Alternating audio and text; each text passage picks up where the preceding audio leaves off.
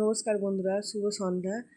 সন্ধ্যার সময় আপনাদের নতুন জিনিস তৈরি করে দেখাচ্ছি, আপনারা দেখুন। এখানে কাতলা মাছের ডিম নিয়েছি।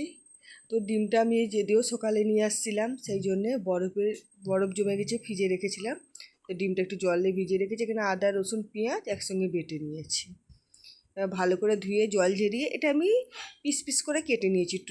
যেমন সাইজ করবেন সেরকম আমি একটু মাঝারি সাইজে পিস পিস করে কেটে নিয়েছি। আদা রসুনটা দিয়ে দিলাম, লবণ দিলাম, এবার হলুদের গুঁড়ো দিচ্ছি।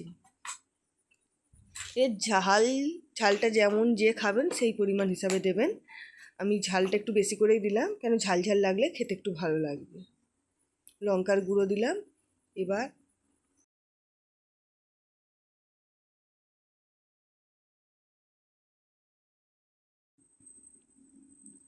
এখানে এগুলো একসঙ্গে সব ভালো করে মাখিয়ে নেবো। মাখিয়ে নিয়ে এখানে তেল কড়াই গরম হয়ে গেছে, এবার একটা একটা করে ছেড়ে দেবো।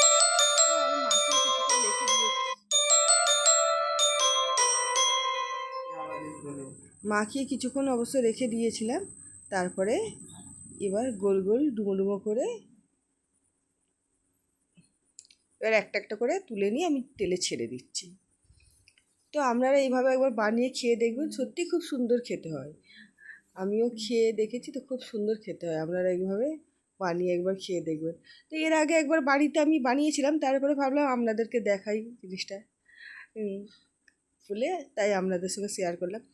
তো আপনারা একবার বাড়িতে বানিয়ে খেয়ে দেখবেন, সত্যি খুব সুন্দর খেতে হয়। একটু লাল লাল করে ভেজে তুলে নেব।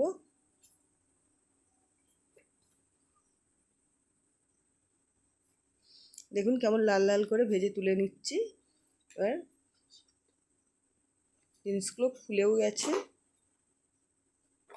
আর একটু লাল লাল করে সব একটা একটা করে ভেজে তুলে নেব।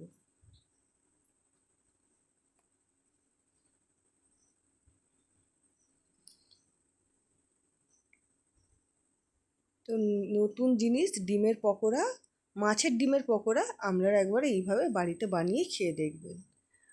এর সঙ্গে যদি আপনাদের সস ভালো লাগে সস দিয়ে খাবেন, নাহলে শুধুই গরম গরম খেতে সেটাও খুব ভালো লাগে।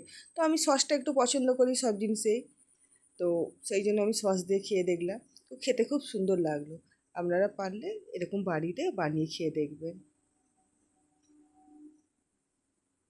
সবাই ভালো থাকবেন, সুস্থ থাকবেন। ভিডিওটা এখানেই শেষ করছি। যদি ভালো লাগে একটা লাইক দেবেন।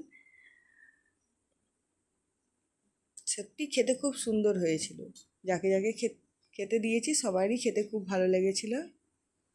আমি নিজেও খেয়ে দেখছি, খেতে খুব সুন্দর লেগেছে। আপনারা এইভাবে একবার বাড়িতে বানিয়ে খেয়ে দেখবেন। বাবা মানে হাজার বিকেল।